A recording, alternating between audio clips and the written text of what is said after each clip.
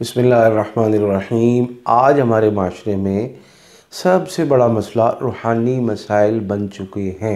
रूहानी मसाइल, किसी का कारोबार नहीं चल रहा, किसी को मुलाजमत नहीं मिल रही, किसी की सेहत का मसला है, किसी के घर में नाचाकियाँ हैं, किसी की बीवी नहीं बसना चाहती और किसी का शौहर बसाना नहीं चाहता, किसी को औलाद नहीं हो रही और किसी की औलाद हो रही है। तो नाफरमानी के मसाइल जगह जगह कदम कदम पर कांटों की तरह बिखरे पड़े हैं। और दुनिया भर में और मगरबी ममालिक में तो हाल ये है कि बच्चों को तरबियत की निस्बत से डांट डपट और मारपीट भी जेल का मुंह दिखाती है। अच्छा जी, वो मारते नहीं हैं जी, चलो जी, मारा नहीं, पीटा नहीं, डांटा नहीं, चलते रहे, कंप्रोमाइज़ वाली ज़िंदगी माँ बाप बच्चों के साथ गुजार रहे हैं। आगे बढ़ के बच्चा जैसी जवान हुआ, बालिग हुआ, तो उसने माँ बाप का घर छोड़ दिया। ये भी समझ में आती है कि बच्चा जवान हो गया, चला जाए, अपनी मर्ज़ी से रहे, कमाए, शादी करे।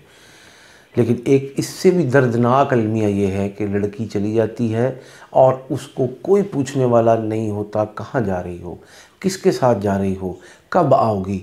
कोई भी फ़र्द, कोई भी बंदा इस बात की जुर्रत नहीं कर सकता। अगर करेगा, फ़ोन करेगा, पीछे जाएगा, तो ये हरासमेंट का फ़ोन पुलिस को जाएगा और आप हमेशा के लिए अपनी बेटी से महरूम हो जाएंगे। अभी तो कभी कभी नज़र आती है, अभी तो कभी कभी फ़ोन आता है, अभी तो कभी कभी भूली बसरी आ जाती है, लेकिन अब के बाद कभी भी आपकी मुलाकात नहीं हो सकेगी। आप लीगली बाउंड हैं कि उनसे दूर रहें, वरना हरासमेंट के चक्कर में आपको जेल में सड़ना होगा। खैर, ये मसाइल और दीगर और बेशुमार मसाइल ऐसे हैं कि जिनमें लोग क्या करते हैं, अपने करीबी मस्जिद, करीबी इस्लामिक सेंटर, करीबी आलिम, करीबी कारी साहब, घर में बच्चों को पढ़ाने वाले कारी साहब जो ट्यूशन पढ़ाते हैं, ऑनलाइन पढ़ाने वाले कारी साहब जो दुनिया भर में दीन पढ़ाने का सिलसिला ऑनलाइन जारी रखे हुए हैं, दारुल इफ्ता, मदारिस, मकातिब, खानकाहें और दीनी मराकिज़, ये सारे के सारे लोगों की आस उम्मीद का वाहिद मंबा होते हैं कि जिसमें लोग चाहते हैं कि कुछ हमें ऐसा बताया जाए कि जिसकी बरकत से हमारे ये मसाइल हल हो जाएं। अब वहाँ पर मुफ्ती साहब हैं, ये फ़िक़ा बहुत अच्छी जानते हैं, इनको सीरत पर अबूर है। यहाँ पर ख़तीब साहब हैं, बहुत अच्छी तकरीर करते हैं, बहुत अच्छा इनका वे ऑफ यूँ कहिए कि अपनी उनकी जो कन्वे करने की पावर है, अपना जो मैसेज कन्वे करते हैं, लोगों के दिल में नक्श कर लेते हैं, बहुत अच्छा है। इसी तरह कारी साहब कुरान पाक बहुत अच्छा पढ़ाते हैं, कारी साहब तिलावत नमाज में बहुत अच्छी करते हैं। ये सारी चीज़ें हैं, लेकिन मसला ये है कि कारी साहब का काम दो लोगों की दीनी रहनुमाई करना है, लेकिन रूहानी रहनुमाई जब लोग जाते हैं इस निस्बत से, तो उनको अमूमन खातिर खा कामयाबी नहीं मिलती। क्यों नहीं मिलती? हम ये कहते हैं कि आप मंजिल पढ़ें, आप सूरह बकरा पढ़ें, आप सूरह फलक नास पढ़ें, आप ये काम करें, लेकिन हकीकत में बताने वालों को इसकी गहराई का, इसकी हकीकत का, इसकी बुनियादी चीज़ों का और बेसिक्स का इल्म नहीं होता। बस उन्होंने सुन रखा होता है और वो बता देते हैं।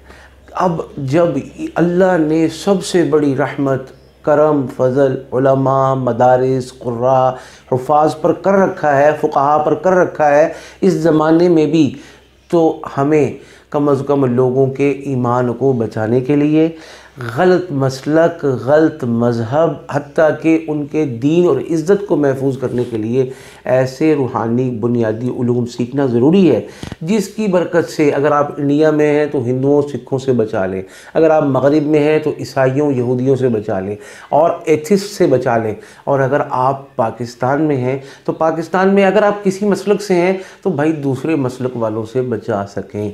अगर आपका मसलक हक़ है तो दूसरों से आप उनको बचा सकें, महफूज बना सकें। वरना भाई आज तो पीर वो है जो पीड़ निकाल सके। पीड़ कहते हैं दर्द को, यानी पीर वो जो आपकी दर्द खींच सके, जो आपके लिए दर्द कुशा हो, दर्द रुबा हो। अगर ऐसा है तो यकीनन वो आपका दिल रुबा है, यानी आपके दिल पर कब्ज़ा उसका है। ये बात हकीकत है, ये बात सारी दुनिया में जानी मानी है और ये यूनिवर्सल ट्रुथ है। इस बात को समझ लेना चाहिए कि अगर मुझे नहीं है मालूम तो मैं इनकी प्रॉपर परमानेंट मुस्तकिल गाइडेंस और सपोर्ट नहीं कर सकता। तो मालूम हुआ कि एक ऐसी चीज़ की डिमांड है जिसकी मेरे अंदर कमी है, तो अल्हम्दुलिल्लाह बतौर इदारा हम इस कमी को दुनिया भर में 23 साल के अरसे से पूरी करने की तकोदौ कर रहे हैं। और अब तक खुतबा हों या अइम्मा, उलमा हों या मुफ्तियान कराम, उन सब को ऐसा इल्म रूहानी सिखा चुके हैं, बता चुके हैं, पैरों पर खड़ा कर चुके हैं, जिसकी बरकत से अपने अपने इलाक़ों में वो ये रूहानी खिदमत सरअंजाम दे रहे हैं, ताकि लोगों की इज़्ज़त, लोगों की आबरू, लोगों की बहन बेटियों की इज़्ज़तें और चार दीवारी का तक़द्दुस बहाल रहे, पामाल होने से महफूज रहे। साथ के साथ ईमान, जो सबसे आखिरी और अहम और बुनियादी सहारा है हमारा, उससे कभी कोई हाथ ना धो बैठे।